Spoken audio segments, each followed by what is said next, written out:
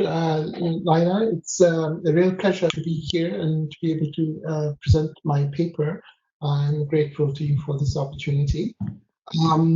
So I will be brief and just convey the succinctly, hopefully, the essential points arising from a recent article published in the Asian Journal of WTO and Health Law published in Taiwan.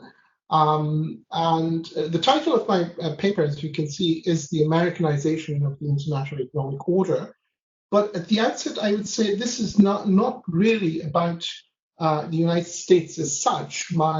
I'm more interested as a scholar in the phenomenon of a superpower in the international economic arena and the accommodation of a superpower, an economic superpower in the international economic order. So the essential focus is this underlying problem as to how we should be able to manage in an international economic order a superpower, whether there are special considerations that should be thought about in this context.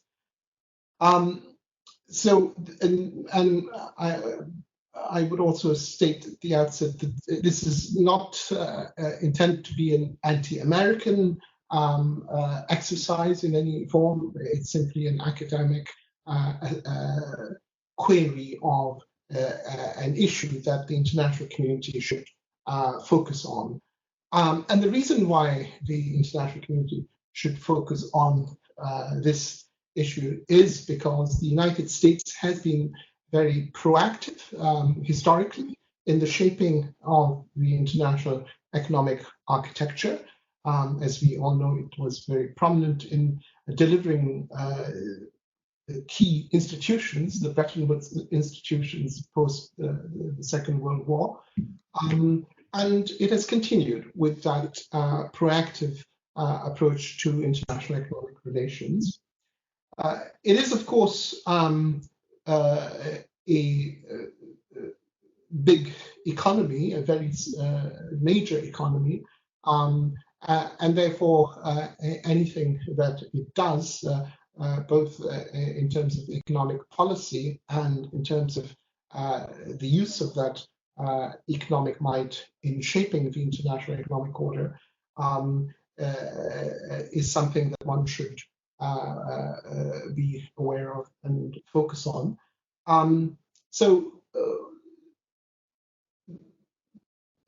Most of the legal analysis in international economic relations, and even I'm guilty of it, is that we tend to focus on the Bretton Woods institutions and international economic organizations and come to describe the normative framework of international economic law from those platforms.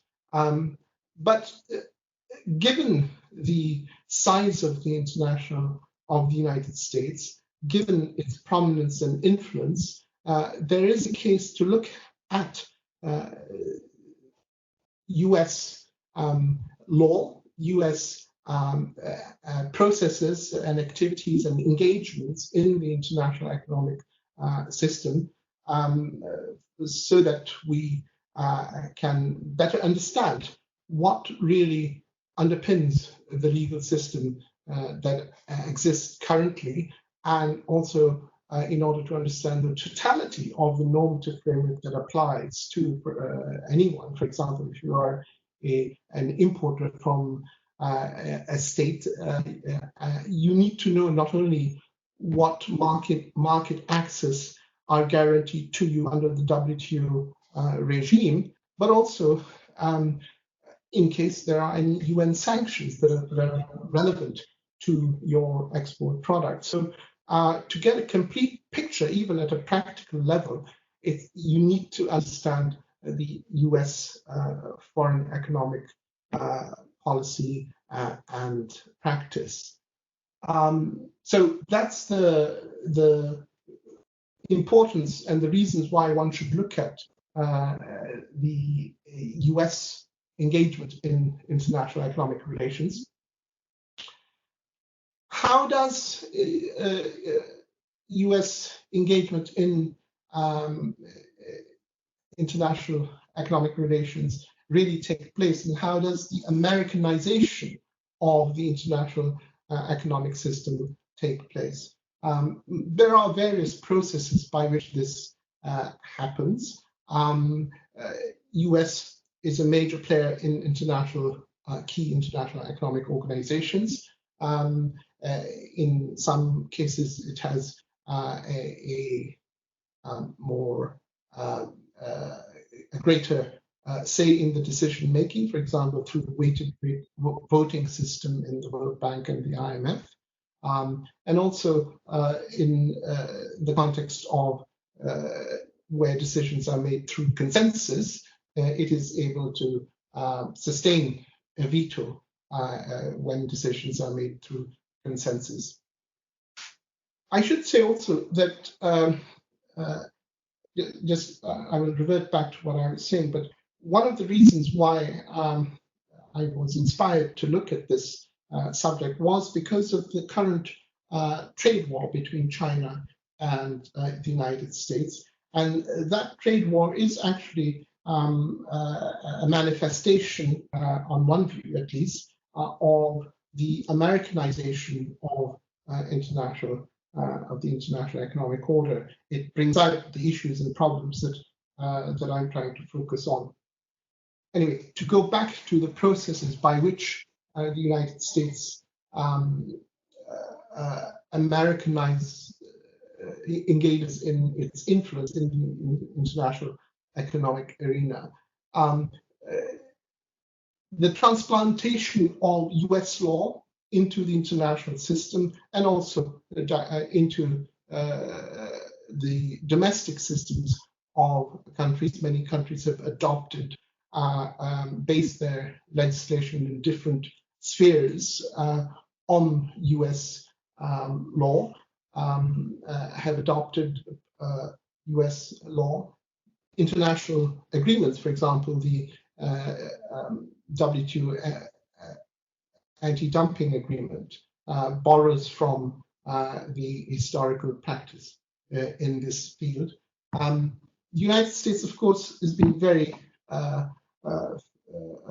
popular and known to exercise extraterritorial jurisdiction. In other words, for those of you who are not lawyers, the United States often applies its law to activities and individuals outside its territory.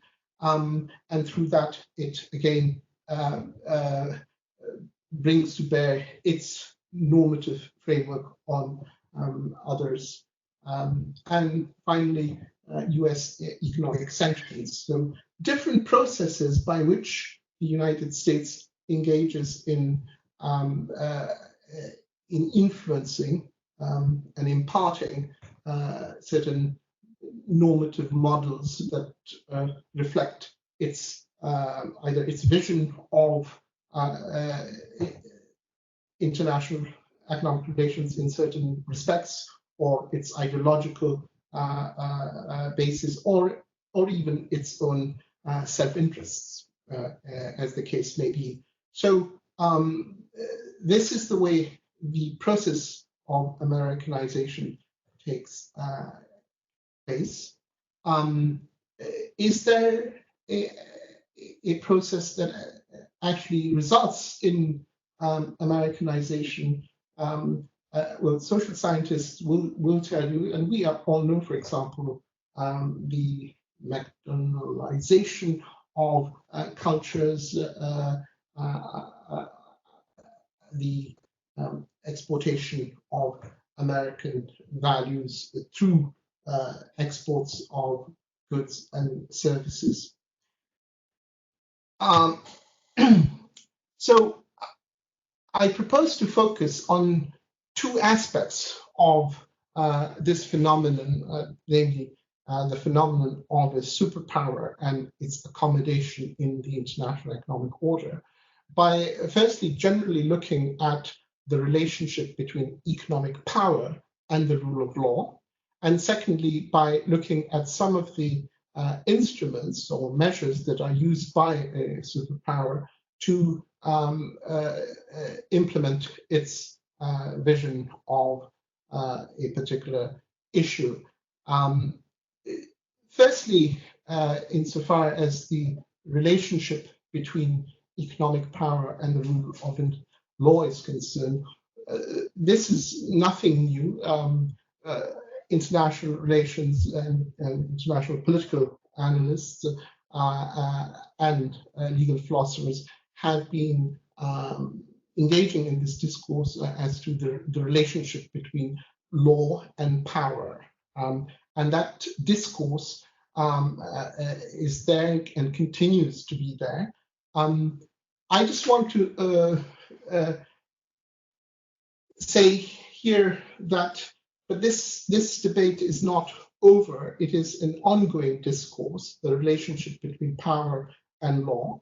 And certainly one can discern in the economic sphere, if not elsewhere, two different schools of thought. One is the realist approach that power is something that you have to accept and take it as given. And another is a more resistant approach to this relationship.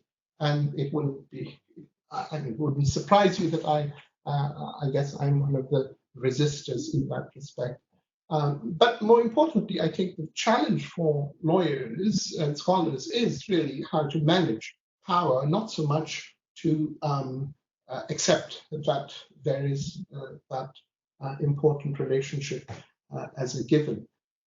Now, looking at this relationship from three different perspectives, firstly, the dispute settlement context, economic power and dispute settlement. This has been highlighted very much from the recent impasse in the WTO with respect to the US paralyzing the appellate system of the WTO. And a number of writers, there is much that's been written, but in 2011, as far back as 2011, Kluwer, an American academic, argued in a very prominent international economic law journal that excessive legalism and excessive legalism and a lack of a special accommodation of a superpower will drive the superpower outside the system. And essentially, Kluwer was arguing in his article as long ago as 2011 that there is the logic of power requires us to be a little more flexible and accommodating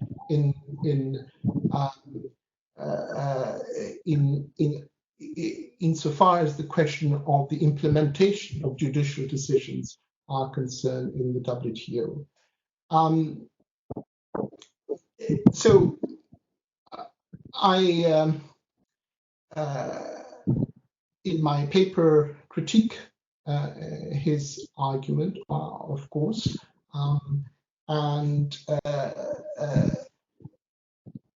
but what I would accept, I wouldn't go into the reasons now because my brief is to speak for 20 minutes here.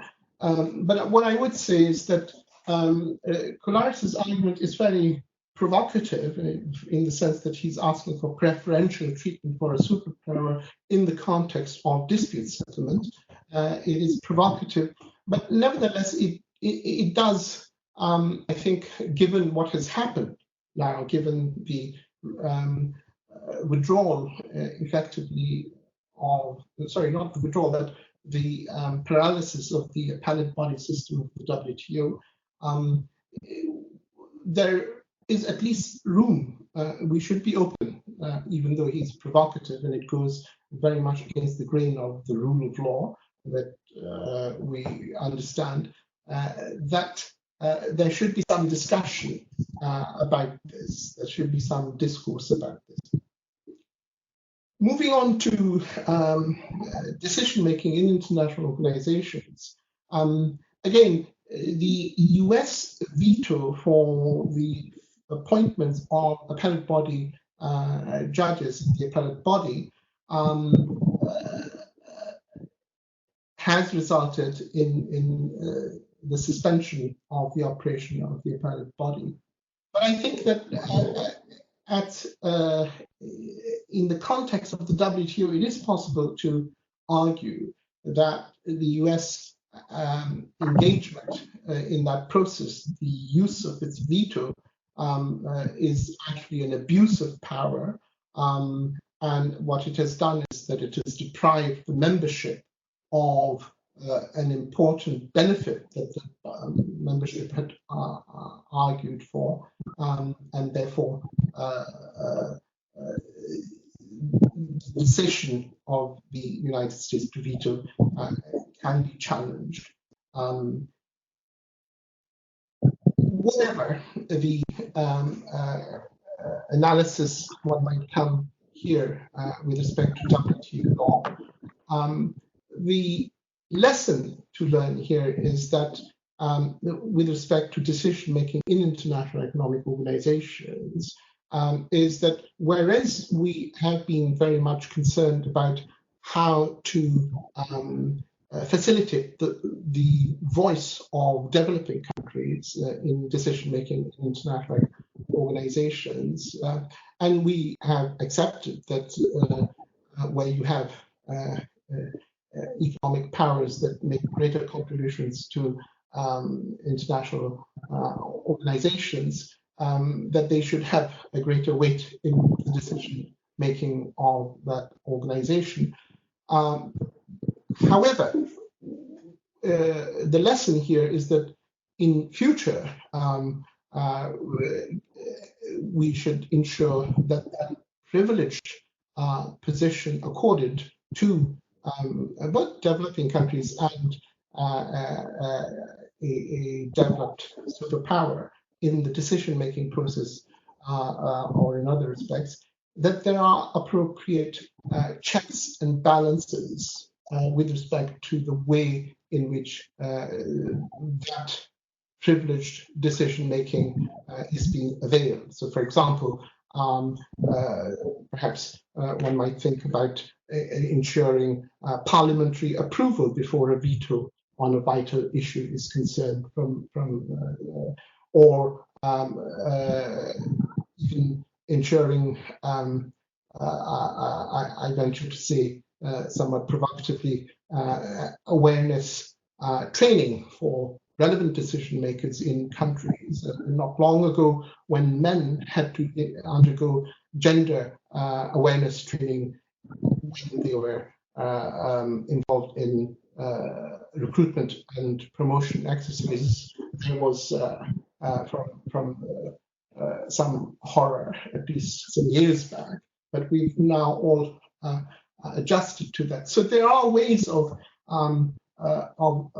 ensuring a proportionate, measured exercise of decision making in international organizations that should be thought about at the time of creation or reforming the system. Another manifestation of economic power comes from the fact that the nature of international trade has now changed, that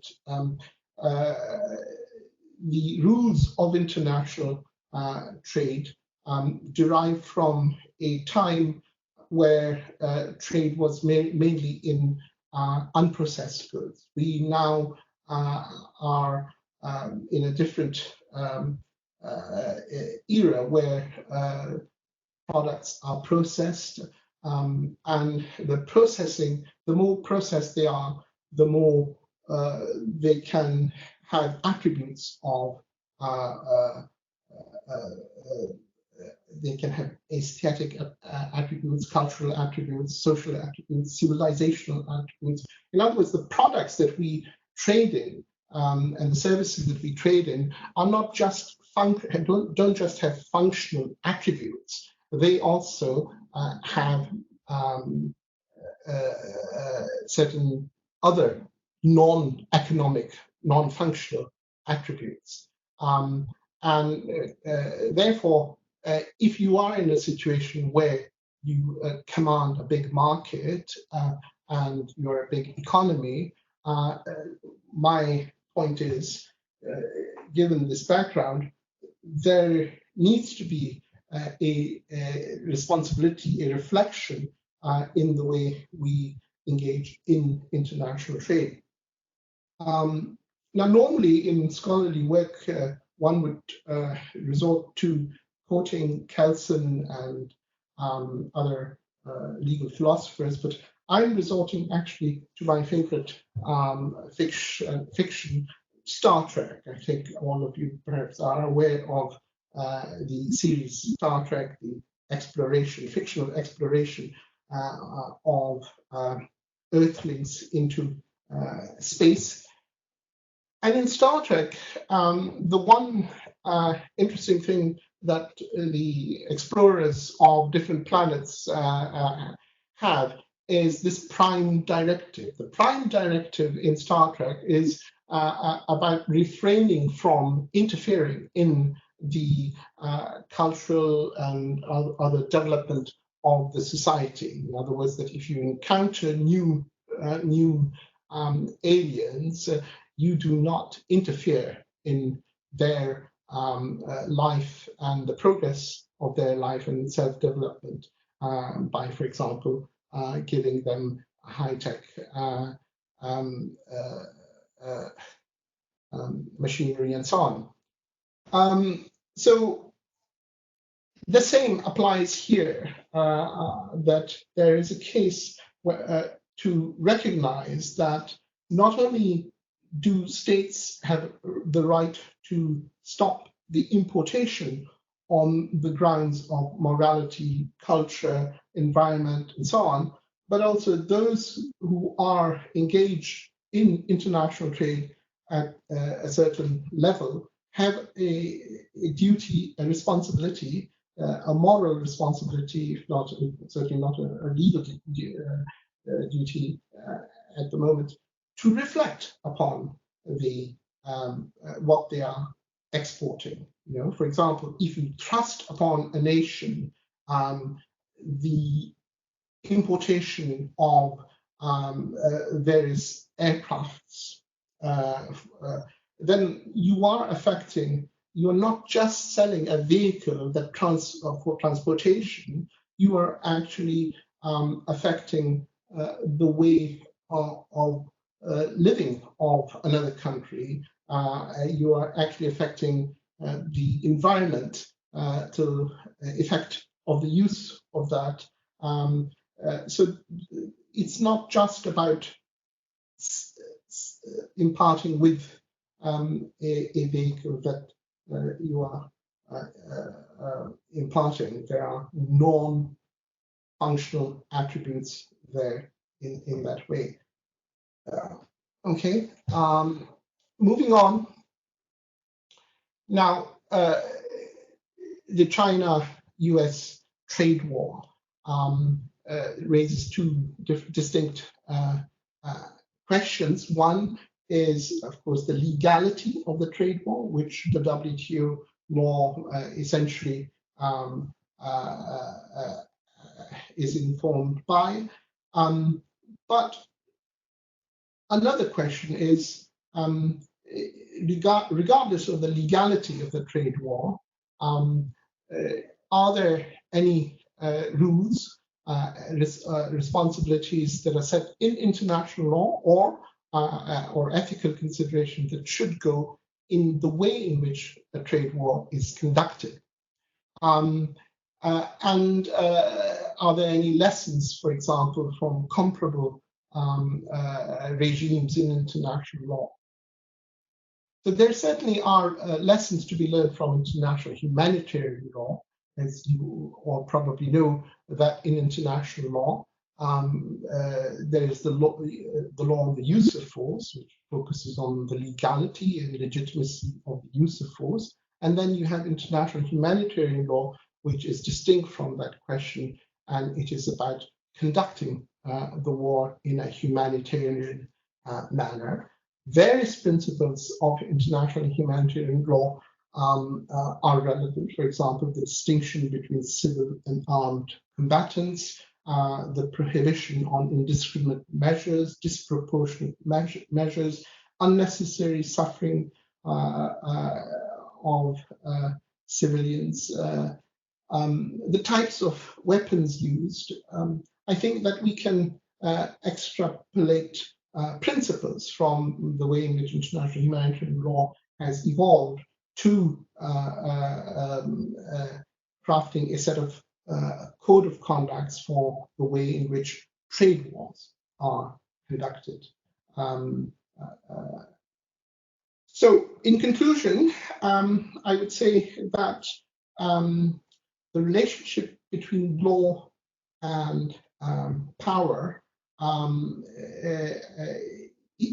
that relationship is not necessarily one that has to be swayed in terms of power, but there is a way, even if a soft way of managing this power. The challenge for us is to try and understand, to see how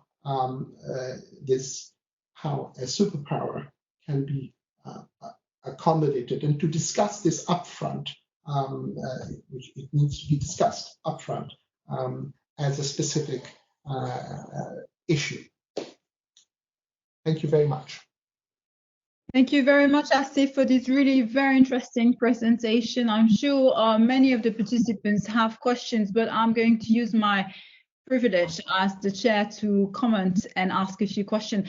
First of all, I've learned something, the use of the principle of non-interference in domestic affairs in the series Star Trek. That's really something I didn't think about, and I'm looking forward to reading your article on non-interference in Star Trek. But to be a bit more serious, you're posing a number of very important questions which are actually informing today's crisis, because there's a lot of trade in today's crisis.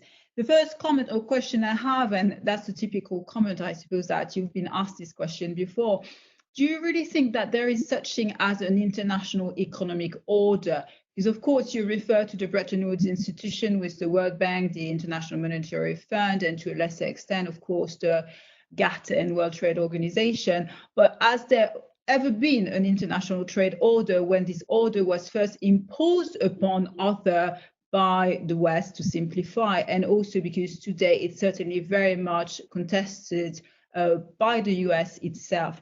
The second question or comment I have relates to this question of extraterritoriality. It's a very well-known question for international lawyers, but maybe you could elaborate slightly upon that, because there is, again, a lot of extraterritoriality today in the crisis, and generally speaking, in American vision of international law. So it was explaining that further for our colleagues and all the participants here. So I'll limit my comments and questions to these two, and then I'll give the floor to everyone. Everyone, just a few rules. Please keep your mics muted. If you want to ask question, type the question in the chat bar so that I can see them, say them to Asif, and maybe then you can unmute your mic and turn on your camera. Okay, thank you for those interesting questions. I hadn't expected the first question, certainly. And I think I would react in the same way as I would when I'm teaching international law. And to quote, I think, Harris in his classical work on cases and materials in international law, where he, when talking about is there an international law and why do states obey international law, analogizes this, namely that the incidents of non-compliance in international law are like the situation when man bites dog. Okay, and I think not perhaps to the same extent, but that's largely also the case in terms of the international economic order. There is an international economic order out there, certainly, but as I think my focus is, but perhaps that the location of the relevant decision making may be placed in different locations. So I'd say, yes, there is an international economic order. It is functioning even now, despite the paralysis of the appellate body. As we know, countries that have been affected have set up an alternate appellate system pending a long-term solution in the WTO. And even the United States itself is actually litigating in the WTO, as we know. So there's a system that is certainly functioning there, more or less.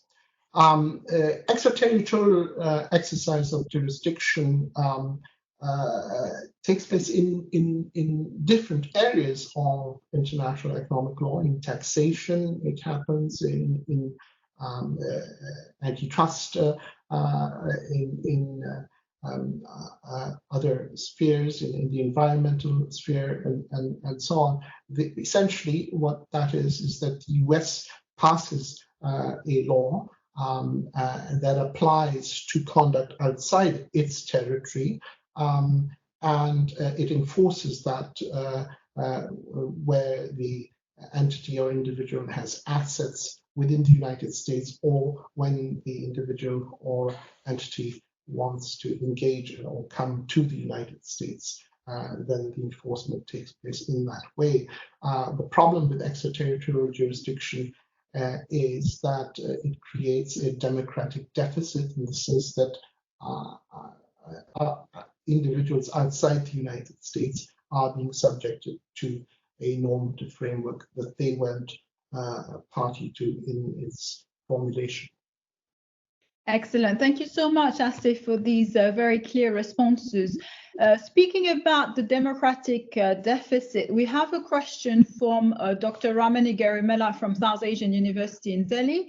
Ramani asked, Professor Qureshi referred to the crisis in dispute resolution and the right of states to call for US to clear appointments to the appellate body. So for those of you who don't know, there is no such thing as WTO dispute settlement mechanism now, because the US has refused to support the appointment of new judges, to make it simple. Ramani asked, I'm wondering if we could suggest on possible ways to go ahead on states ensuring US participates in the diffusion of the crisis at the appellate body in the context of a rule of law.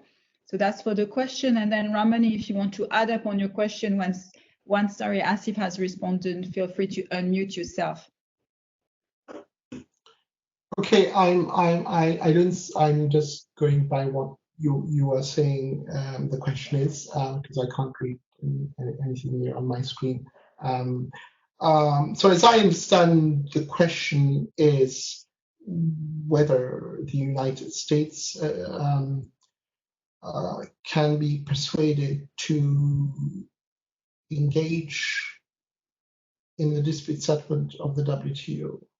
Yes, that the United States is actually participating in the dispute settlement system. It has initiated claims in the WTO. The dispute settlement system has not disappeared. It's only a particular part of the dispute settlement system that is currently suspended. And importantly, the US actually, in terms of its critique of the appellate system, of the WTO system, what it hasn't said is, we are powerful, we decide not to. What it has done is, in other words, it has given reasons. It has given reasons which we may or may not be persuaded by. but it has given reasons for the actions that it has taken. In other words, it is still engaging in the system that ensures the rule of law. I'm not sure, I didn't understand the question completely, so but I think that's what I understood. No, I think that's a very good answer. And Ramani, do you want to add up? I think Ramani was also asking, how do we overcome the current crisis at the appellate body? Well, I think what's currently happening is an important step in the process of overcoming. That is the setting up of an alternate system of an appellate system, an alternate appellate system. It has taken some time for us to come there, but it has happened. And the pressure will continue on the United States sooner or later, I think, to come to the fold and engage. I guess because I'm an international economic lawyer, I tend to be more optimistic about the system that we engage in somehow through too much association with it. But I feel that this is a question of time. And political regimes in the United States. Yeah, thanks very much, Asif. Well, colleagues, feel free to ask questions, preferably in writing. This is just easier. But if not, you unmute your mic and you ask your question. But again, preferably in writing. While we are waiting for new questions from colleagues from law firms in India and also John, or colleagues from faculties, different places in the world, ask another one. Can you explain further, Asif, why today's situation, like the COVID-19 crisis, is also a trade war and what implication it has for international law?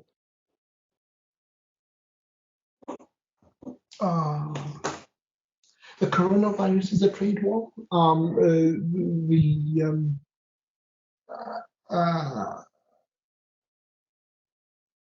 It's a very challenging and difficult question. States are, of course, competing for essential medical items, and I don't see it though as a trade war. But I certainly think that this pandemic will mean. Is making us all think and will mean a reshaping and rethinking of the international order and the international economic order that will follow.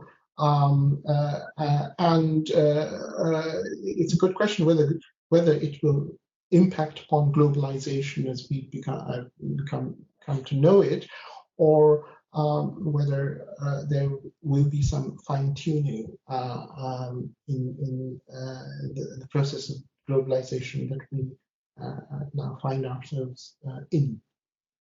Thank you so much, Asif. Asif, very much in relation to that question from Justice Mahmood Sheikh, if I'm not mistaken, who's Justice in Lahore High Court. Mahmood, you would like to unmute your mic and ask your question. The question is, how will COVID-19 impact the trade wars, especially in relation to oil? Yes, yes, that is the question. Because the question I had in mind, you had already asked, that how would COVID-19 impact the trade wars and globalization, as Asif has mentioned. But recently there has been development where oil prices have plummeted. Do you think this would have a long-term effect on the price of oil and availability or supply of oil? Because once we are rid of COVID-19, it would obviously take a long time for world economies to get back into sync. And in the meantime, if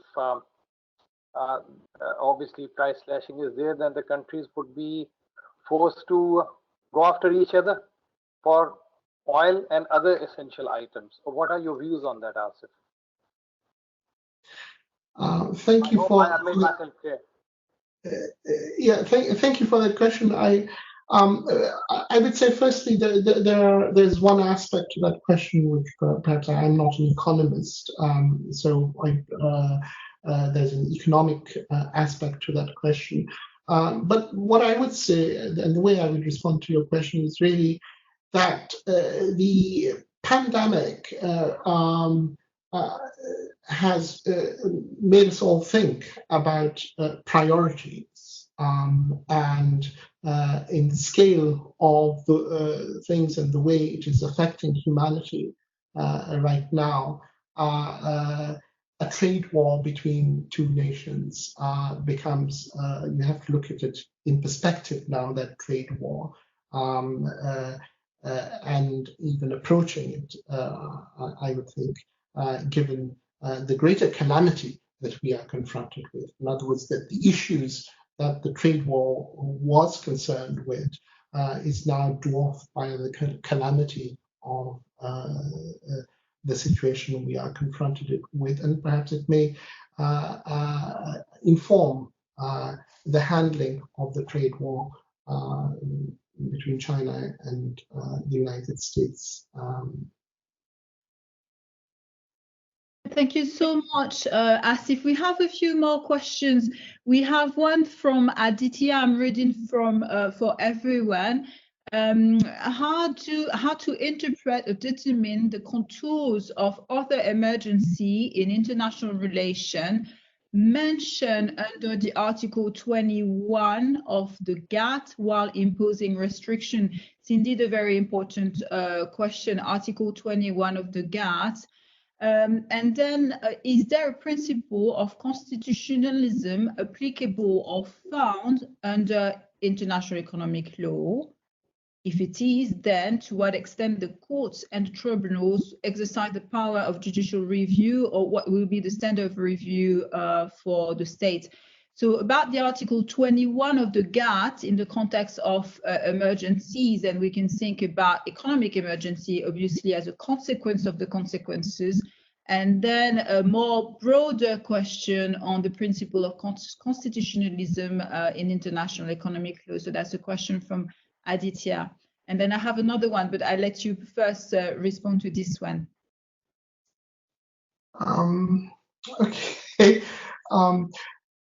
The Article 21 of GATT, the national security exception for non-compliance with WTO obligations, has for the first time been the subject of adjudication and panel decision. And in that context, the positive and the welcome clarification that the panel introduced here was that resort to national security defense aspects of that resort are justiciable, can be looked at by the WTO tribunals. Hitherto, there was some uncertainty about that, whether this was something completely in the domain of the country invoking the national security exception. But the Article 21 is very specific to the way it is drafted and formulated there. I think the panel actually has come up with a right decision insofar as it allows for jurisdiction and examination of resort to national security. The one thing that, in terms of what I'm discussing here, it defined a national emergency and a situation of war to exclude economic war or economic differences between countries, but only unless the economic differences are affecting the public order of the country in question, and public order of the country in question. And that's fine, because the ambit of that interpretation means that Article 21 cannot be abused. If circumstances in which it can be invoked are defined very broadly, then it means that Article 21 could be resorted to by more easily. Constitutionalism and international economic law, judicial review. I think Uli Petersman, who's written a lot on in this area, is probably the best person to ask the question. And judicial review is a domestic remedy, depends on domestic systems, whether they make it available or not. Thank you so much, Asif. These were not very easy questions and yet extremely important. For those of you who are not international trade law specialists, it seems technical, but it's actually very key in particular today. In relation to the crisis we have today, I have two similar questions coming from our colleague Anu Monga, who's heading a trade department in a law firm in Delhi, and Ramani adding up upon that. So Anu's question was quite long and had two aspects, but I'm just going to say one because it relates to what Ramani says. So following the COVID-19 crisis in India, and I think elsewhere in the world, there is a new FDI, foreign direct investment regulatory environment, and precisely this prohibits investment from neighbors to avoid opportunistic buyouts of companies in difficulty, for example, during the crisis. So obviously, China says it's discriminatory. Do you think it's discriminatory for countries like India, and there are other examples, to introduce new foreign direct investment regulation to limit these foreign direct investment during the crisis? Well, I mean, this really depends on the investment, bilateral investment agreement in question that we are talking about. And if we're talking about India and China, for instance, and there is a bilateral investment agreement between India and China, then it is something that would be informed by that agreement. But the question of acquisition through mergers is something that is about the right of entry rather than post-entry. If that's what it is, then usually states reserve the right of entry of investment into investment agreements. So I can't answer that question unless it's more contextualized in terms of the specifics of the question. But bilateral investment agreement is what will inform the answer. Yeah, that's right. As if it's quite complex. I think these go even beyond the normal bilateral investment, more in the sense of additional procedural rules sometimes. But in relation to this investment question, we have a question from Wasik Abbas. The question is the following: post-COVID crisis, would you see a further surge in Americanization of the international economic order, or should we expect a radical shift in the approach?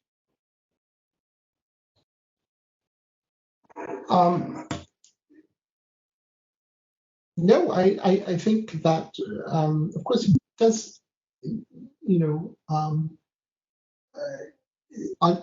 I didn't define at the outset what I meant by Americanization as such. Americanization can be interpreted as the implantation of American values into the system, or you can interpret it as well as the withdrawal of the United States from the international economic system, or I guess the de-Americanization of the international economic order. So it may be, I mean, given the current climate in the United States and the protectionism and the pandemic has made people think about food security, medical security, and national security more, that the international economic order will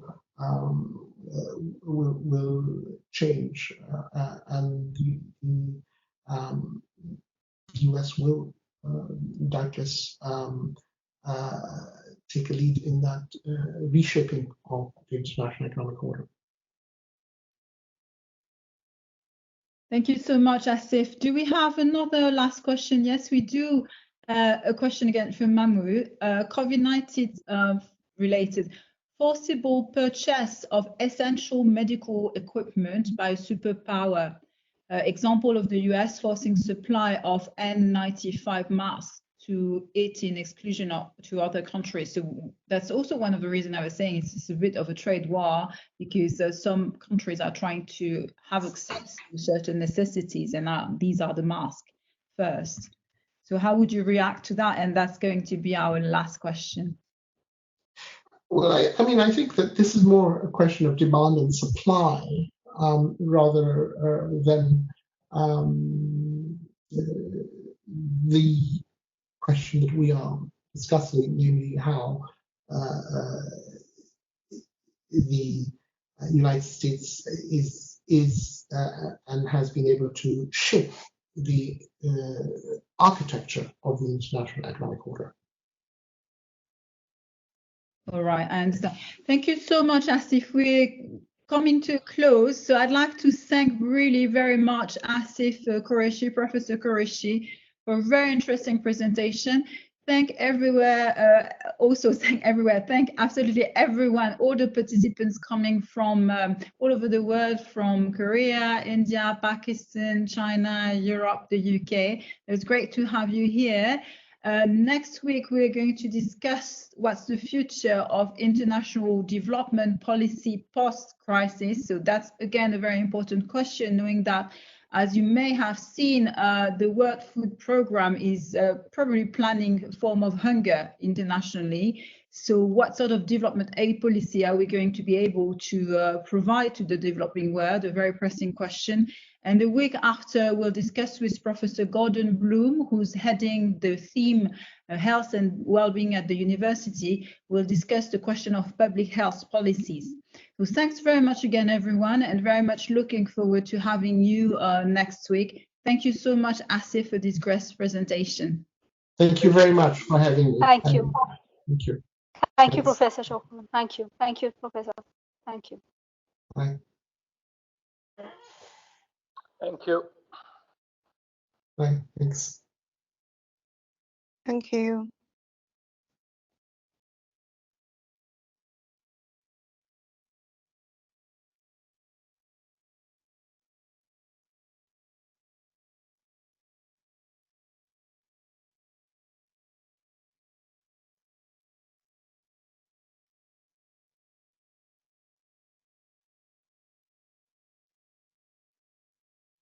Everyone, if you want to say something more personal or to Asif, we're still here. If not, it's very late in Korea, so maybe we let Asif go to sleep. It's not yet 12 o'clock. It's 11 o'clock. Except for a good night. I'd like to thank you for inviting me to the lecture. Very informative. And is it possible to have a copy of your article? I'm sorry that I'm asked for it so late in the day. Yes, of course. Of course, it is possible. I'll send it to you. Yes. Oh, okay. Thanks very much. Take care. And thank you, Laila. Most welcome. Thanks very much for participating. Thank you. Welcome. Bye-bye.